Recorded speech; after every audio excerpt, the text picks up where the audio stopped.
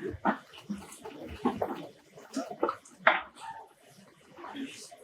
मैं परम पूजनीय सह संचालक डॉक्टर मोहन राव भागवत जी एवं माननीय क्षेत्रीय संचालक सीताराम जी एवं प्रांत संघ चालक प्रोफेसर वी सिंह रांगड़ा जी और आज के हमारे इस कार्यक्रम के अध्यक्ष कर्नल रूपलाल जी से निवेदन करूंगा कि वह दीप प्रज्वलन करके इस कार्यक्रम का शुभारंभ करें।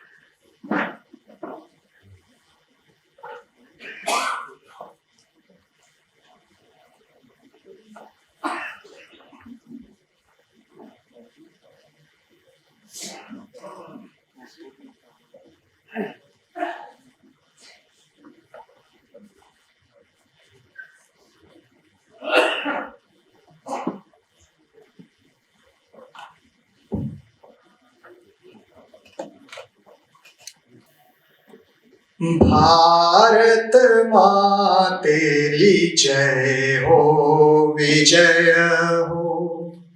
भारत माँ तेरी जय हो, विजय हो।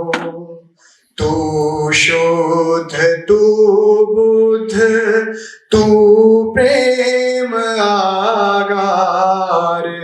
तू शुद्ध तू बुद्ध तू प्रेम आगार। तेरा विजय सूर्य माता उदय हो। भारत माँ तेरी जय हो, विजय हो। आवे पुनः कृष्ण देखे दशा तेरी। आवे पुनः कृष्ण देखे दशा तेरी। अरविंद गोविंद वंदा की जय हो। भारत माँ तेरी जय हो, विजय हो। तेरे लिए मृत्यु हो स्वर्ग का द्वार। तेरे लिए मृत्यु हो स्वर्ग का द्वार। शस्त्रों की झंझन में वीणा की लय हो। भारत माँ तेरी जय हो, विजय हो। मेरा ये संकल्प पूरा करे ईश। मेरा ये संकल्प पूरा करे ईश। राणा शिवाजी का फिर से उदय हो। राणा शिवाजी का फिर से उदय हो। भारत माँ तेरी जय हो, विजय हो। भगवे तले आज हम राष्ट्र बंधु। भगवे तले आज हम राष्ट्र बंधु गाए सभी मिलके माँ तेरी जय हो, गाए सभी मिलके माँ तेरी जय हो। भारत माँ तेरी जय हो, विजय हो। भारत माँ तेरी जय हो, विजय हो।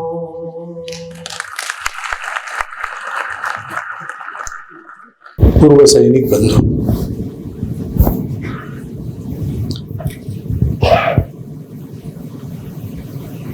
बहुत सारे योग साथ में आए हैं। विजय दिवस का उल्लेख हुआ, 16 तारीख को हो गया। वैसे अपने स्वतंत्रता का 75वां वर्ष चल रहा है। इस निमित्त भी इस देश के लिए जिन्होंने अपना जीवन न्योछावर किया, पसीना बहाया, खून बहाया, प्राण दिए, उन सबका स्मरण साल भर हम करते रहेंगे। साथ साथ एक विशेष स्मरण करना आवश्यक है, क्योंकि घटना बिल्कुल ताजी है। हमारे CDS श्रीमान बिपिन रावत जी के साथ बहुत सारे अधिकारी गण हमारे सेना के एक दुर्घटना में मारे गए। हमारे लिए अतीव दुखद, वेदनादायक ऐसी घटना है, और ये सारे लोग अपनी ड्यूटी करते समय बलिदान हुए। तो मैं समझता हूं कि ये उचित होगा कि 1 मिनट खड़े होकर हम सब मौन रखकर उनको श्रद्धांजलि दे। बाद में मैं एक मंत्र कहता हूं, उसके बाद हम बैठ जाएंगे।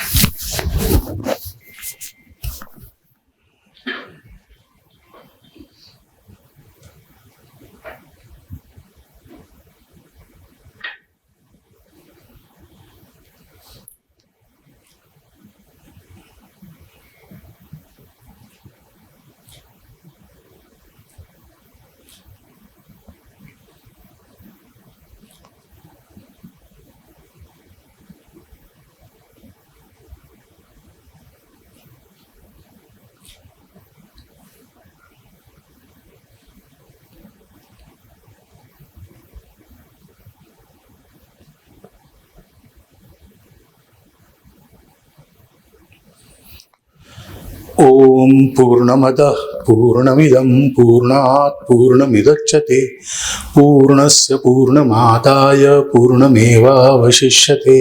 ओम शांति शांति शांति। बैठा जाओ।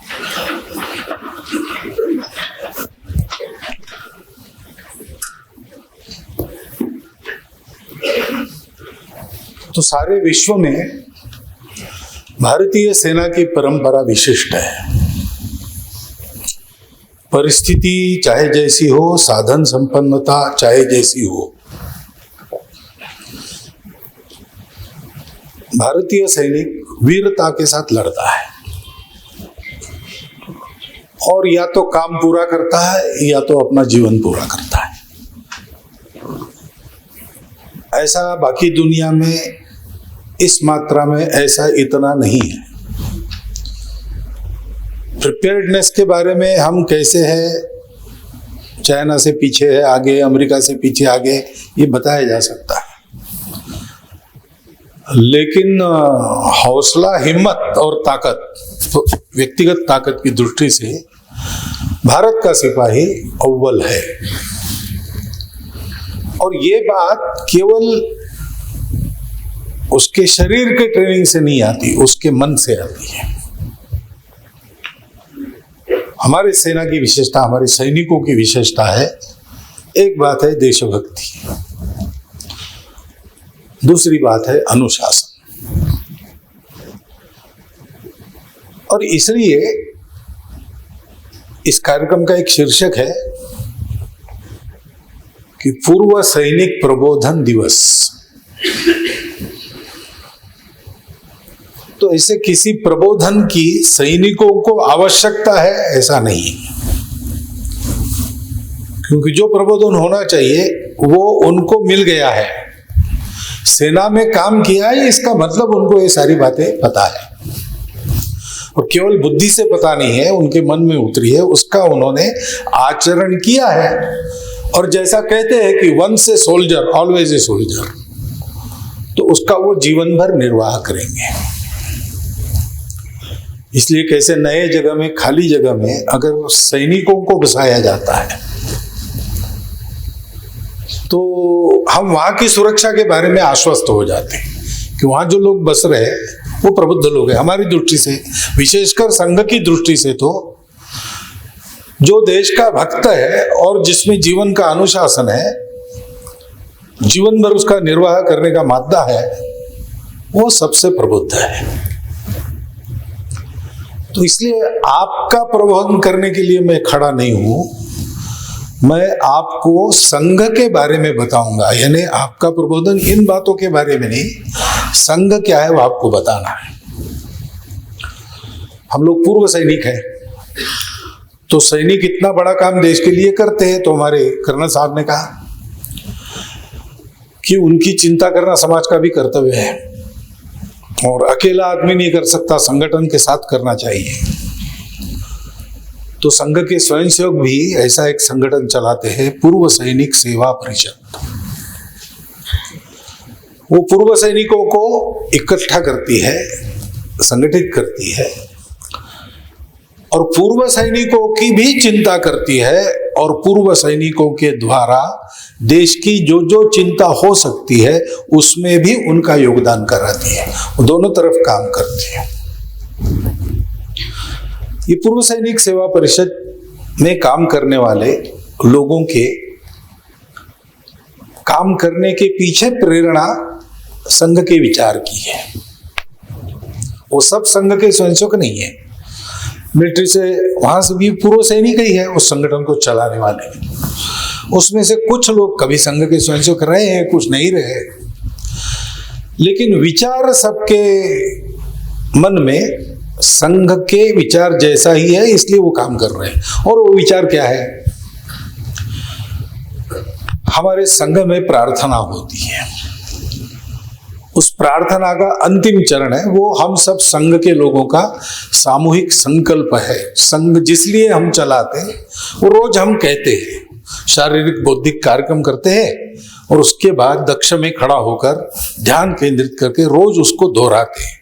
आखिरी 4 पंक्ति ऐसी है, विजेत्री च नः संहता कार्य शक्ति विधायास्य धर्मस्य संरक्षणम परम वैभवम नेतुमेतत् स्वराष्ट्रम समर्था भवतु आशीषाते भृशम। आशीष दो भगवान को कहते, किस लिए? कि हमारे सामूहिक बल के आधार पर कोई किसी व्यक्ति की, संगठन की, पार्टी की महत्ता नहीं, हमारा सामूहिक बल यानी हमारे पूरे समाज का सामूहिक बल, उसके आधार पर धर्म का संरक्षण करते हुए। यहां धर्म का मतलब पूजा नहीं है, धर्म का मतलब है जो जोड़ता है, ऊपर उठाता है, बिखरने नहीं देता है, उसको हमारे यहां धर्म कहते हैं। धर्म हम पूजा मानते हैं, हिंदू मुस्लिम सिख ईसाई आदि धर्म मानते हैं, लेकिन धर्म शब्द का अर्थ वो नहीं है। धर्म शब्द केवल भारतीय भाषाओं में, और उसका अर्थ है जो धारणा करता है, जिसके आधार पर सब खड़ा होता है, जो जोड़ता है, उन्नत करता है, बिखरने नहीं देता है, और जिसके कारण इस लोक में और परलोक में भी सुख ही मिलता है। ये जिससे होता है वो धर्म है। उस धर्म का संरक्षण करते हुए हमारे राष्ट्र को परम वैभव संपन्न बनाने के लिए हम समर्थ हो, इसलिए संघ चलता है।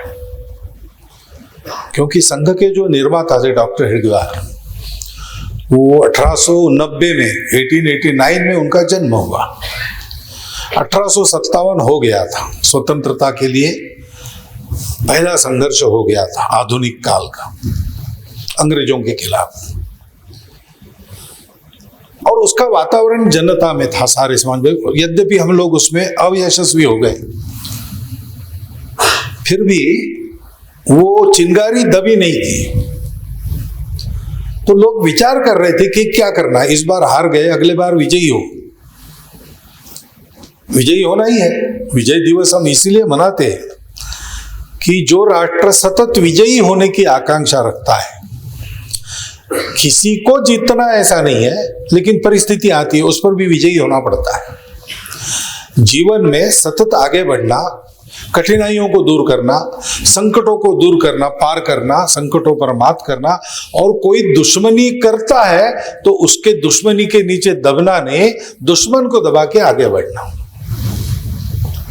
हमारे तरफ से किसी की दुश्मनी नहीं, लेकिन दुनिया में दुश्मन होते हैं, दूसरों की दुश्मनी करने वाले। उनसे बचना भी पड़ता है, उनको जीतना भी पड़ता है।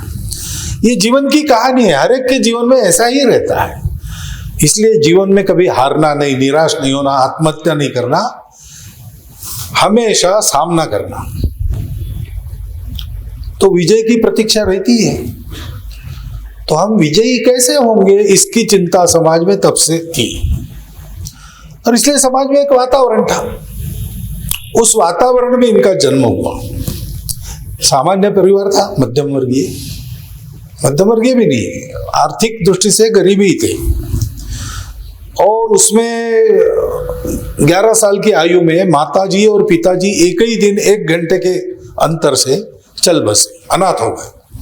वो प्लेग आया था नागपुर में, नागपुर के रहने वाले, तो प्लेग के रोगियों की सेवा करते थे दोनों। तो सेवा करते करते इनको भी प्लेग हो गया, और 1 घंटे के अंतर में दोनों की मृत्यु हो गई। कमाने वाला घर में कोई नहीं, 3 भाई थे, सबसे बड़े भाई पहलवानी करते थे, मझले भैया अभी पढ़ रहे थे, और ये सबसे छोटे। ऐसी अवस्था में उनको जाना पड़ा, लेकिन स्वाभिमान पूर्वक रहे, किसी के सामने कभी भी हाथ नहीं पसारा। अपनी पढ़ाई में पहले 10 में आए अपने विद्यालय में, और समाज देश के लिए जो कुछ अच्छा चल रहा था उस आयु से उसमें उनका पूर्ण सहयोग सहभाग रहा। अब प्राइमरी स्कूल में पढ़ने वाले बच्चे को देशभक्ति वगैरह कहां से समझ में आई, लेकिन उस समय भी उनमें वो समझ थी। विक्टोरिया रानी के राज्यारोहण की शताब्दी अंग्रेजों का राज था, हमारे देश में भी मनाई गई।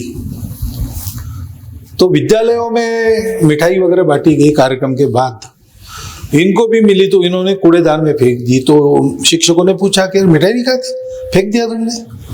तो उनका उत्तर था कि ये हमको गुलाम बनाने वालों के राज्यारोहण का उत्सव क्यों करना, वो तो हमारे लिए शोक दिवस है, और उस दिन अगर मिठाई मिलती है तो वो जहर है, इसलिए मैंने फेंक दी। अभी प्राइमरी स्कूल में 3री क्लास में थे, तब का उनका उत्तर है। अब ये कहाँ से सीखा होगा, हम लोग पूर्व जन्म में विश्वास करते, वहां से लेके आए होंगे, कुछ पता नहीं। हम उनको कहते वो जन्मजात देशभक्त है, बॉर्न पेट्रियट। और इसलिए देश के लिए जो जो चलता था उसमें उनका पूर्ण सहभाग रहता था। मैट्रिक के क्लास में थे, वंदे मातरम आंदोलन चल पड़ा, बंगाल को तोड़ने की साजिश की ब्रिटिश गवर्नमेंट ने, उसका पुरजोर विरोध हुआ। अंत में 1911 में उस कानून को उनको वापस लेना पड़ा। जनता जीत गई, सरकार हार गई, लेकिन वो शुरू ही था, 5-6 में शुरू हुआ। उस समय ये मैट्रिक के क्लास में थे। तो नागपुर के सारे विद्यालयों में उन्होंने एक आंदोलन ऑर्गेनाइज किया, स्कूल इंस्पेक्टर्स आएंगे तो हर क्लास में उनका स्वागत होगा वंदे मातरम से। तो जहां भी जाए अंग्रेज इंस्पेक्टर, जिस क्लास में कदम रखे सब बच्चे खड़े हो जाए और वंदे मातरम कहे। तो आग बबूला हो गए। उन्होंने ऑर्डर निकाल के, और सब स्कूलों में ऐसा हो गया, तो सब स्कूल बंद हो गए नागपुर के, सरकार के ऑर्डर्स। फिर पुलिस इंक्वायरी शुरू हो गई, कौन है इसके पीछे, कौन है इसके पीछे। कानून से बंदी थी वंदे मातरम कहने पर। 4 महीने सारी खाक छान मारी, कुछ नहीं मिला, किसी का नाम पता नहीं चला। इतना कुशल ऑर्गेनाइजेशन था। अंत में अभिभावक, सरकार, वो सब लोग बैठे, कितने दिन स्कूल बंद रखेंगे। फिर एक नॉमिनल अपॉलॉजी से शुरू हो गए कि बच्चे जाएंगे स्कूल में, दरवाजे पर मास्टर लोग खड़े रहेंगे, वो पूछेंगे गलती हो गई, मुंडी हिलाना तो हो गया, स्कूल शुरू। लेकिन इतना भी करने से 2 लोगों ने मना कर दिया। उसमें एक ये थे, संघ के संस्थापक केशव बलिराम हेडगेवार उनका नाम। तो ये उनका जो सारा एक अंदर की आंख थी उसको देखकर उस समय के नागपुर के नेताओं ने उनको कोलकाता मैट्रिक के बाद, अभी ऐसा अपॉलॉजी नहीं दी इसलिए रस्टिकेट भी हो गए, तो नेशनल स्कूल में पढ़ के फर्स्ट क्लास में मैट्रिक आ गए, तो उनको डॉक्टरी पढ़ने के लिए कलकत्ता भेजा। डॉक्टरी पढ़ना बहाना था, बात थी कि वहां सभी क्रांतिकारकों की अनुशीलन समिति, कोऑर्डिनेशन कमेटी थी, तो उसमें प्रवेश करना और ये जो रिवोल्यूशनरी वर्क है उसको इस इलाके में, महाराष्ट्र के इलाके में ऑर्गेनाइज करना। तो दोनों काम उन्होंने बखूबी किए। 4 साल मेडिकल की पढ़ाई करके फर्स्ट क्लास में पास भी हो गए, डॉक्टर बन गए, और अनुशीलन समिति की कड़ी से कड़ी परीक्षाएं देकर उनके कोर कमेटी के मेंबर बन गए। उनका कोड नेम होता है रिवोल्यूशनरी कमिटीज में, उनका कोड नेम था कोकेन। तो ये कोकेन नाम से राजस्थान से लेकर आंध्र तक के इलाके में क्रांतिकारकों को बसाना, उनको शस्त्र अस्त्र सप्लाई करना, तरह तरह का प्लानिंग करना, उसको अंजाम देना, ये काम उनके पास था। लेकिन अंग्रेज सरकार की कूटनीति, उनका इंटेलिजेंस वो इतना तगड़ा था कि ये आंदोलन विफल हो गया। तो वहां से वापस आ गए, लेकिन प्रतिज्ञा की थी आजन्म ब्रह्मचारी रहूंगा, इस जीवन में देश के ही हित का विचार लेके काम करूंगा, अपने हित की परवाह नहीं करूंगा। तो विवाह वगैरह किया नहीं। असहयोग आंदोलन चल रहा था कांग्रेस का, कांग्रेस के सदस्य बने, धीरे धीरे उस प्रदेश के, विदर्भ प्रदेश के कोर कमेटी मेंबर बने, और उस आंदोलन का प्रचार 1920 में गांव गांव जाके किया। पैदल गए, बैलमंडी से गए, बस से गए, और बड़े प्रखर भाषण दिए प्रचार के लिए।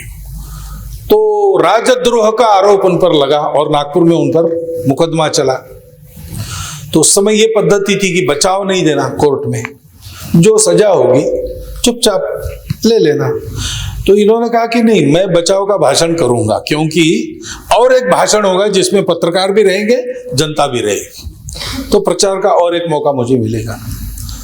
और कोर्ट में उन्होंने बचाव के भाषण का प्रारंभ यहां से किया कि मैं भारत पर अंग्रेजों की सत्ता को ही नहीं मानता हूं। कौन सा कानून है जिसके आधार पर इतने दूर से आके आप लोग हम पर राज्य कर रहे हैं? ये कानून, ये अवैध काम है, गैर कानूनी काम है। आपकी सत्ता को, आपके न्यायालय को, आपके कानून को मैं नहीं मानता। आपका ये अभियोग, ये मुकदमा ही इल्लीगल है। मैंने कुछ गलत काम नहीं किया। स्वतंत्र रहना प्रत्येक का अधिकार है। वो अधिकार प्राप्त कैसे करना, स्वतंत्र कैसे होना, स्वतंत्रता को सुरक्षित कैसे रखना, इसको मैंने जनता को बनाया, खुले मैदान में बताया, चोरी छुपके नहीं बताया, किसी के प्रति द्वेष वगैरह कुछ नहीं कहा, ये मैंने बताया, और इसमें कोई गलत मैं नहीं किया। तो जज ने उनको 1 साल की रिगरस इम्प्रिजनमेंट की सजा देते समय ये कहा कि इनके जिन भाषणों के कारण इन पर आरोप लगा है, उससे इनका बचाव का भाषण ज्यादा राजद्रोही है, सीढ़ी से। ऐसा एक ज्वलत जहाल व्यक्तित्व उनका था। ये सारे काम करते समय उनका क्रांतिकारकों से संबंध आया, उनका उस समय के सार्वजनिक जीवन के नेताओं से संबंध आया। तिलक जी से वो मिले हैं, सावरकर जी, डॉक्टर बाबा साहब आम्बेडकर, सुभाष बाबू, गांधी जी, सबके साथ उनके अच्छे संबंध रहे, चर्चाएं होती रही। और उसमें से उन्होंने एक बात पाई जो उनको भी अनुभव हो गई थी, उनके अपने अनुभव के कारण, अपने चिंतन के कारण, कि सब लोग ऐसा सोचते हैं कि ये जो इश्यूज हमने लिए, स्वतंत्रता एक ना एक दिन आने वाली है, समाज सुधार एक ना एक दिन होने रहने वाला है, ये सारे इश्यूज तो चलेंगे। लेकिन अपने देश का इतिहास देखो तो हम पहली बार थोड़ी गुलाम हुए ब्रिटिशों के द्वारा। सबसे पहले तो शक लोग आए, बिल्कुल धड़क मार के उज्जैनी तक चले गए थे, अंदर तक। कुषाण आए, बर्बर लोगों के कबीले थे और कुछ नहीं था। और हमारे यहाँ इतना वैभव संपन्न, इतना ज्ञान संपन्न, सोने की चिड़िया कहलाने वाला शीलवान लोगों का देश, देखते देखते उन्होंने उत्तर भारत, उत्तर क्षेत्र, ये सारा कब्जा कर लिया। शक आए, उसके बाद कुषाण आए, उसके बाद हूण आए, उसके बाद यवन आए, सिकंदर वगैरह, उसके बाद इस्लाम का आक्रमण, उसके बाद ब्रिटिशों का आक्रमण। ये कैसे होता है कि हजारों मील दूर से मुट्ठी भर लोग आते हैं जो ज्ञान में हमसे कम है, बल में हमसे कम है, श्रीमंती अमीरी में हमसे कम उस समय तो थे ही सब लोग। ऐसा सब होने के बाद भी वो हमारे देश में देखते देखते हमको गुलाम बनाते, हम पर राज करते। और ये एक बार नहीं, 5 बार हुआ, 6वीं बार हो रहा है। इसका मतलब हम स्वतंत्र होने के बाद भी हम स्वतंत्र रहेंगे, इसकी गारंटी क्या है?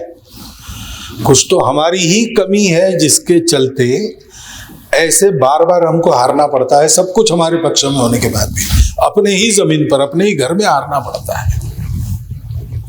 जब तक इस बात का उपचार नहीं किया जाता तब तक बार बार ये होगा, तो ये तो इलाज नहीं हुआ। जड़ मूल से बीमारी को खत्म करना है तो किसी न किसी को अपने संपूर्ण समाज के दोषों को निकाल देना पड़ेगा, और ये काम किसी ने करना पड़ेगा। अब किसी को फुर्सत नहीं थी, सबने अपना अपना काम चुन लिया था। तो डॉक्टर साहब ने सोचा कि सब लोग बाकी कामों में लगे ही है, बड़े बड़े अच्छे अच्छे लोग हैं, उनके हाथ में वो काम सुरक्षित है। ये जो काम है, सब कामों को पूरा करने वाला, फुलफिलमेंट ऑफ एवरीथिंग, उसको मैं करता हूं। और इसलिए उन्हें 7-8 साल प्रयोग किए। समाज के दोष क्या है? पहली बात है, हम बटे हैं, हम एक नहीं हैं। भाषा, प्रांत, पूजा, खान पान, रीति रिवाज, रहने की जगह, इसको लेकर हमारे बहुत झगड़े चलते हैं।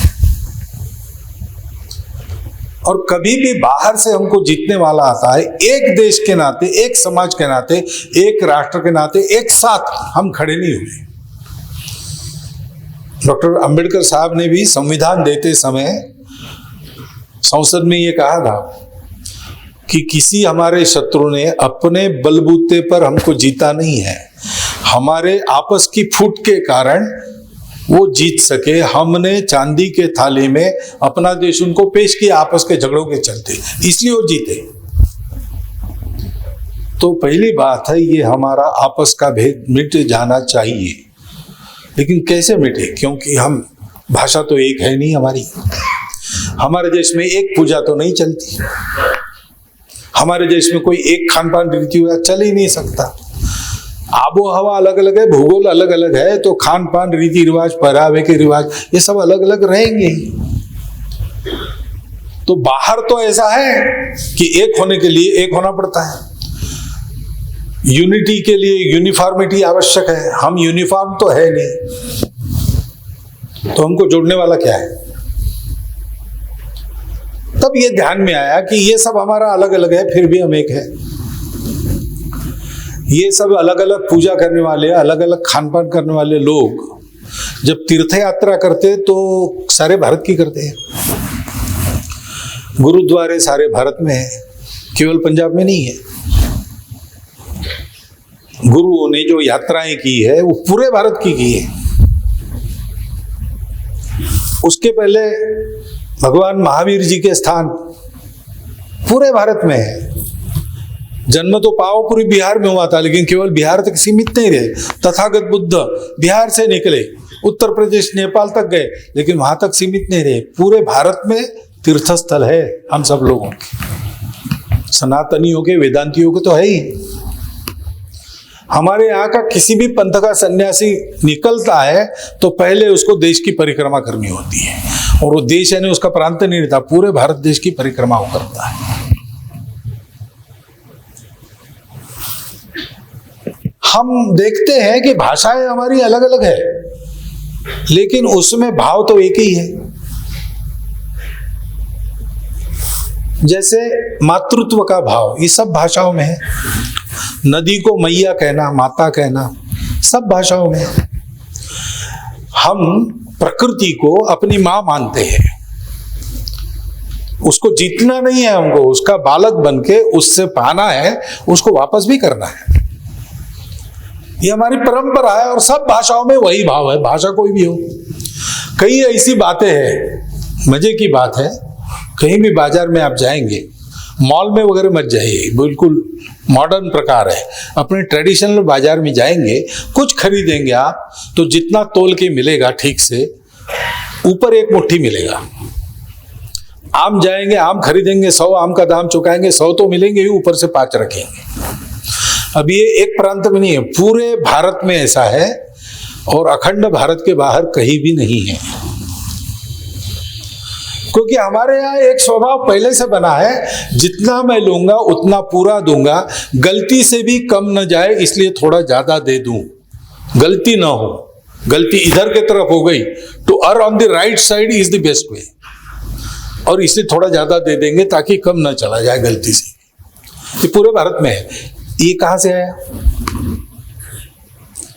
ये हमारे जो रिवाज चले आ रहे, परंपराएं चली आ रही, संस्कार चले आ रहे, वो हमारे संस्कृति के संस्कार है, जिसमें हम कहते हैं कि दूसरों का पैसा ये मिट्टी के ढेले जैसा है। पराई स्त्री माता के समान है। मातृवत परदारेषु परद्रव्येषु लोष्ठवत आत्मवत सर्वभूतेषु। दूसरों को वही कष्ट होता है जिससे हमको कष्ट होता है, दूसरों को भी होता है। अपने साथ वही करो जो तुम है, दूसरों के साथ वही करो तो जो तुम अपने साथ चाहते हो। अपने साथ जो नहीं चाहते हो ना, दूसरों के साथ मत करो, क्योंकि आत्मवत सर्वभूतेषु। ये जो आत्मा है सबके अंदर में जो है, वो तो भारत में ही मालूम हुआ पहली बार। आज की दुनिया तो बाहर की उसको जानती नहीं है। हमारे यहाँ परंपरा है, हमारे यहाँ सभी है। आत्मा को न मानने वाले भी है, ईश्वर को न मानने वाले भी है, लेकिन सबका शुरू यहाँ से होता है। शुरू का स्टार्टिंग पॉइंट सबका एक है। सब पंथ संप्रदायों का अस्तित्व एक है, एक से अनेक हुआ है। ये अनेकता में एकता की बात नहीं, एकता ही की विविधता है। और वो एकता ऐसी है, उसको हम अनुभव कर ले तो हमको सदा के लिए कभी ना फीका पड़ने वाला सुख प्राप्त होगा। इसलिए जीवन उपभोग के लिए नहीं है, उस सत्य को पाने के लिए है, सत्य के अनुसंधान के लिए। और सब अपने हैं, क्योंकि सब में वही है जो हम में है। तो फिर करुणा संवेदना के साथ व्यवहार होना चाहिए। विश्व की सेवा करनी है, दूसरों की सेवा करनी है, दूसरों का शोषण नहीं करना है। खुद जीना है लेकिन खुद गर्जी के लिए नहीं जीना है। स्वयं को जीना है लेकिन अपनों के लिए जीना है। और उसके लिए जीवन पवित्र चाहिए। तो विकार वासनाओं से जितना दूर होंगे उतना आप अच्छे आदमी हो। कितना कमाओगे, कितना भी कमाओ, कोई बात नहीं, कोई ज्यादा कमाता है, कोई बांटोगे कितना उस पर है, आप अच्छे होंगे भी। हमारे यहाँ कमाई को नहीं गिनते, हमारे यहाँ बांटा कितना वो गिनते, दान कितना किया। हमारे यहाँ कितना जीता नहीं सोचते, खुद को जीता कि नहीं ये देखते हैं।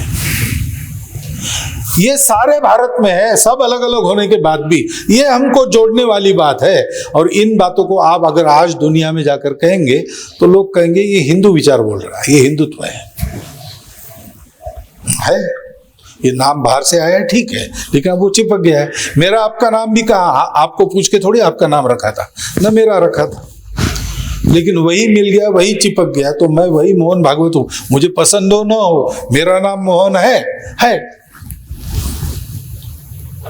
एफिडेविट करके बदलू तो भी कुछ लोग तो रहेंगे मुझे मोहन कहने वाले। एक हमारे यहाँ वकील साहब थे, भोंदू, नाम भोंदू था उनका सरनेम, बड़ा अटपटा लगता था। उन्होंने एफिडेविट करके देशमुख कर लिया। तो फिर लोग आते थे, वो देशमुख वकील, कौन देशमुख, कौन देशमुख, फिर कोई कहता अरे वो भोंदू देशमुख। तो वकील साहब ने हमको बताया, उन्होंने ही बताया कि ये नाम बदलने की हमने, लेकिन वो तो गया ही नहीं, दूसरा जुड़ गया और एक, इसलिए हमने फिर से एफिडेविट करके पुराना ही कायम रखा। अभी भी है, हमारे संघ चालक है। तो ऐसा रहता है। तो किसी ने दिया हो, कुछ भी हो, हमको चिपक गया है। हमारा हिंदुस्तान है, हम लोग हिंदू हैं। पूजा क्या है वो सवाल नहीं, पूजा आपकी कोई भी हो सकती है। जाकी रहे भावना जैसी, प्रभु मुहूर्त तीन देखी तैसी, ऐसे ही हमारा रिवाज है। आप भगवान की पूजा कैसे करते हो कि नहीं करते हो, किसकी करते हो, ये हम नहीं पूछते। मनुष्य का मनुष्य के साथ मनुष्य के जैसा व्यवहार होना चाहिए, बस ये मानते हैं हम लोग। यही हिंदुत्व है और वो हम सबको जोड़ता है। वो सारे विविध भाषी लोगों को एक भारत बनाता है। सब संतों ने भारत की प्रशस्ति गाई और संतों में सबसे पहले हिंदू शब्द का उच्चारण करने वाले गुरु नानक देव जी थे। तुर्कस्तान खसमाना किया, हिंदुस्तान डराया। लोक भाषा में जब आता है तब संत उसका अपनी भाषा में उल्लेख करते, तो लोगों में जब प्रचलित हुआ तब नानक साहब गुरुदेव जी ने बोला है, हिंदू शब्द दिया है। तो ये हिंदुत्व हमको जोड़ने वाली बात है और ये हिंदुत्व सबको अपना मानता है, पूरी दुनिया को अपना कुटुंब मानता है। वो किसी को पराया नहीं मानता, किसी को जीतने की बात नहीं करता, एक दूसरे के साथ सहयोग करके चले, सब लोग उन्नति की राह पर चले, ऐसा मानता है। वसुधैव कुटुंबकम कहता है, वर्ल्ड मार्केट की बात नहीं कहता। ये ऐसा क्यों बना? इसलिए कि हम ऐसे देश में जन्मे जिसमें खाने पीने को भरपूर है, जमीन प्रकृति भरपूर देती है। तो उस जमाने में संख्या भी कम थी हमारी, तो हमको लड़ाई झगड़ा करने की जरूरत ही नहीं, इतना है सब खाओ। नए आ गए, तुम भी बैठो भाई, इतने लोग खा रहे तुम भी खाओ, झगड़ा करने की क्या जरूरत है। और आते भी नहीं थे क्योंकि तीनों तरफ से ऊंचे ऊंचे पर्वत। यहाँ मैदान से लोग धर्मशाला में आएंगे, थोड़ा बाहर उस तरफ देखेंगे, उसी तरफ है ना धौलाधाम, तो देख के भी उनको ऐसा लगता है, अरे बाप रे, ऐसा लगता है एक क्षण। इतने ऊंचे ऊंचे पर्वत कौन आएगा लांग के उस जमाने में? तीनों तरफ से सागर, कौन आएगा? कोई साधन नहीं था, इसलिए नए लोग आते भी नहीं थे। भूले भटके आ गए, नहीं हमारा तो हमारी पूजा अलग है, तो हमारे पहले से बहुत है ना, 33 करोड़ पहले से है, और नए नए आते हैं। साईं बाबा कहाँ थे? पहले नहीं थे, अब है।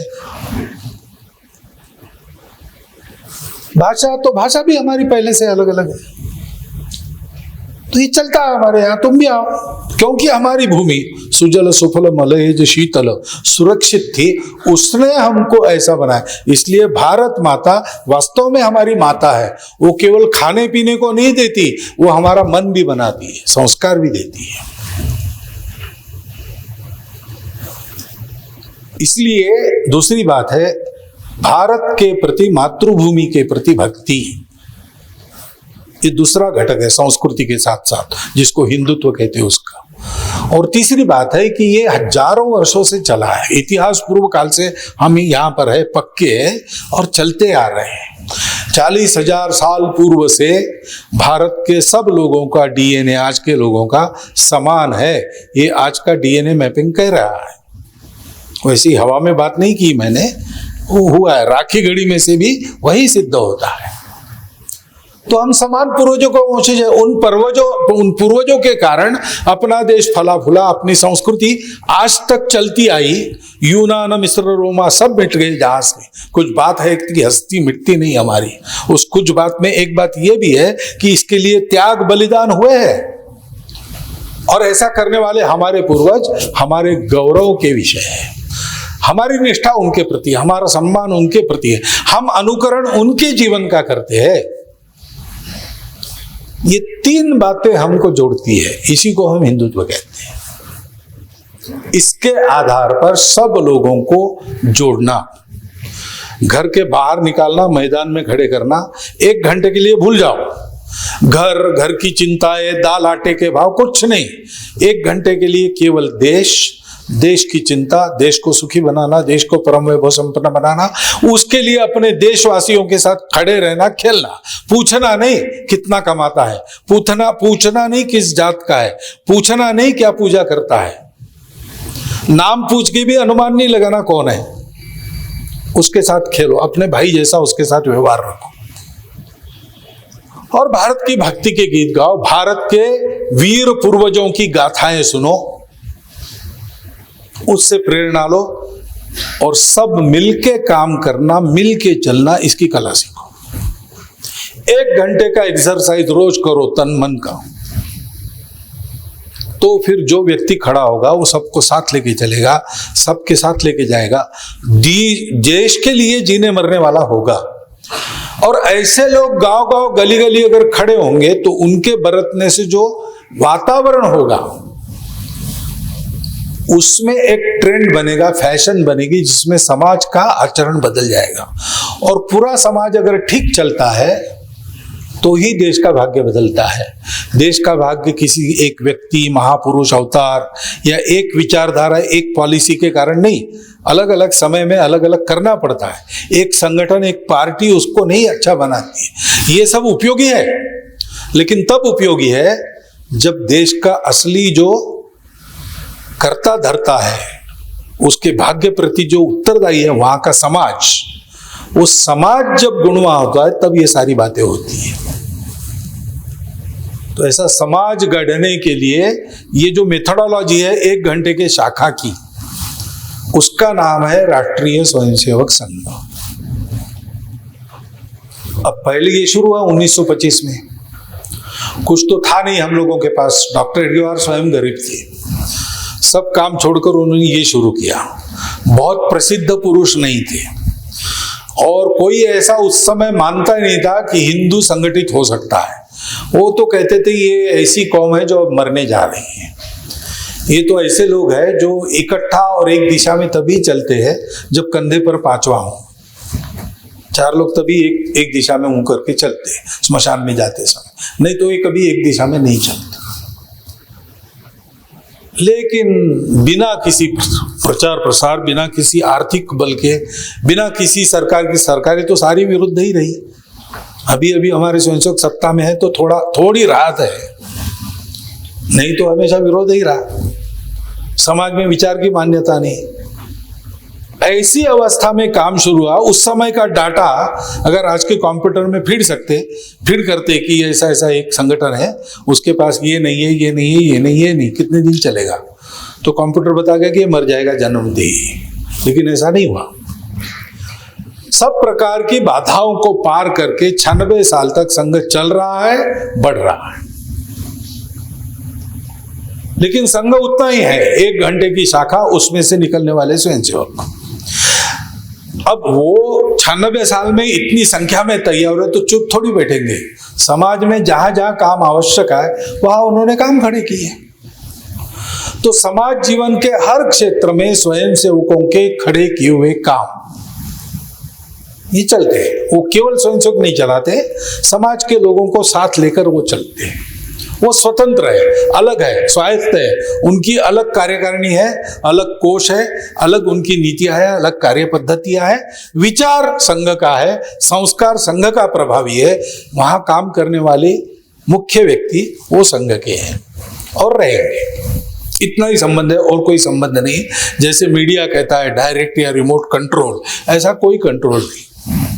जैसा मैंने नाम लिया, पूर्व सैनिक सेवा परिषद, हमारे कमांडर जायसवाल साहब देहरादून में थे, नेवी से रिटायर्ड। उनके मन में ये कल्पना आई, वो हमारे स्वयंसेवक थे और उन्होंने शुरू किया। राम जन्मभूमि के आंदोलन के समय ये शुरू हुआ, अब बढ़ते बढ़ते यहां तक आ गया है। तो ऐसे अनेक संगठन स्वयंसेवक चलाते हैं, अनेक संगठनों में स्वयंसेवक है। जहां जहां समाज में कोई कमी है, काम करना अपना काम है। समाज के अभावग्रस्तों की सेवा करने के लिए 1,30,000 से ऊपर सेवा प्रकल्प बिना सरकार का पैसा लिए, जहां आवश्यक है वहां अपनी चमड़ी खर्चा करके, एकदम घिस करके अपना पैसा खर्चा करके स्वयंसेवक चलाते हैं। तो बहुत सक्रियता से काम कर रहे। कोरोना में आपको पता चला स्वयंसेवकों ने कितना काम किया। और ये कोई बड़ी डींग हाकने वाली बात नहीं है। ये हम नहीं करते तो हम अपने कर्तव्य को चूकते, और इसके बदले में चाहिए क्या? कुछ नहीं। स्वयं सेवक को संघ का कोई आश्वासन नहीं होता।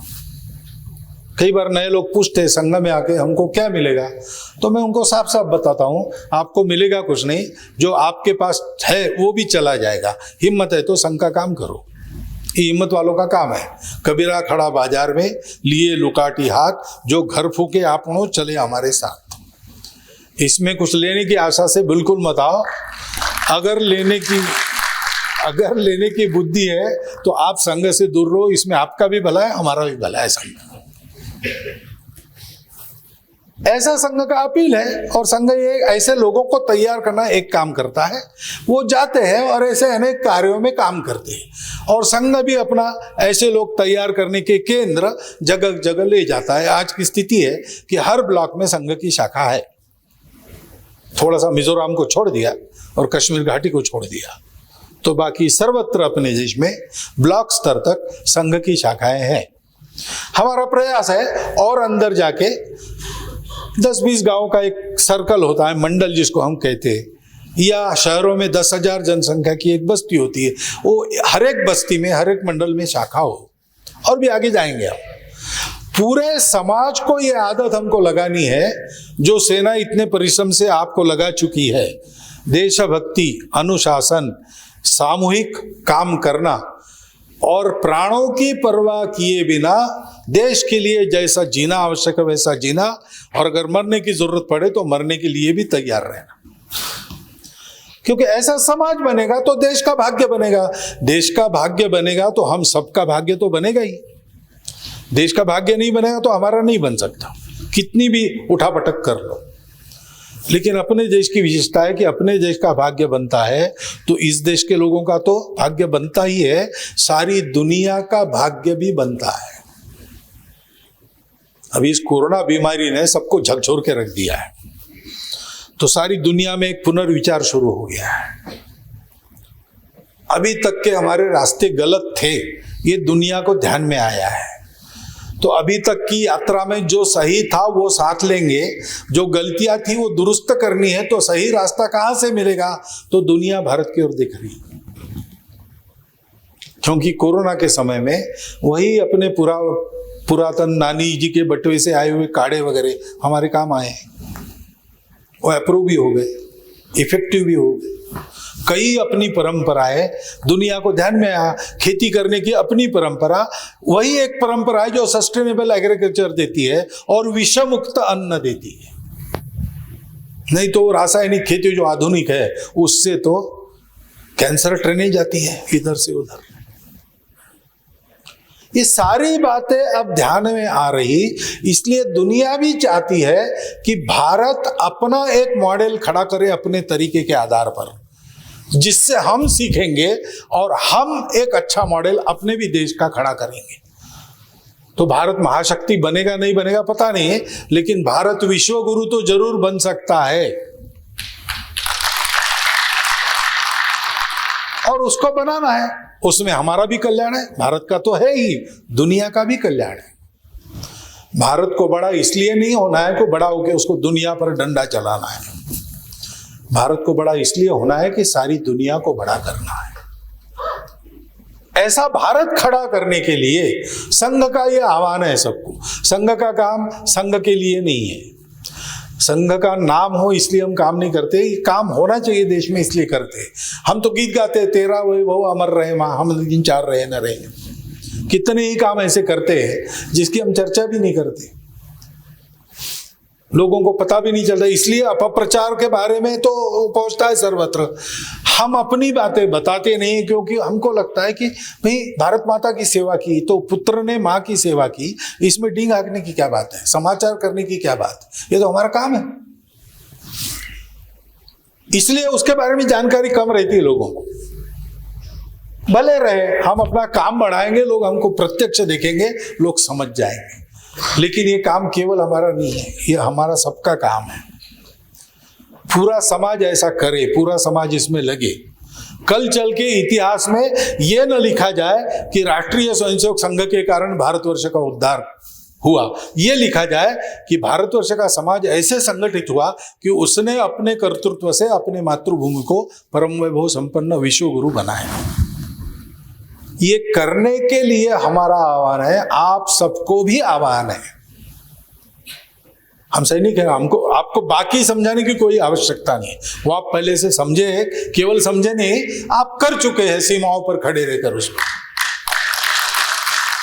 तो इसलिए सेना के बारे में संघ के हर स्वयंसेवक के मन में एक गौरव रहता है, क्योंकि वो समझता है इस बात को बाकी लोग सिविलियंस समझते नहीं समझते पता नहीं, लेकिन संघ का स्वयंसेवक देश के लिए वहाँ खड़े रहना, शीत में, वर्षा में, ऊंचाई पर, गहराई में, सर्वत्र दिन रात पहरा देना, अपनों का क्या हो रहा है उसकी चिंता किए बिना, और बड़ा अपनों का दायरा है उसके लिए ये करना, इसकी कीमत हम लोग समझते हैं।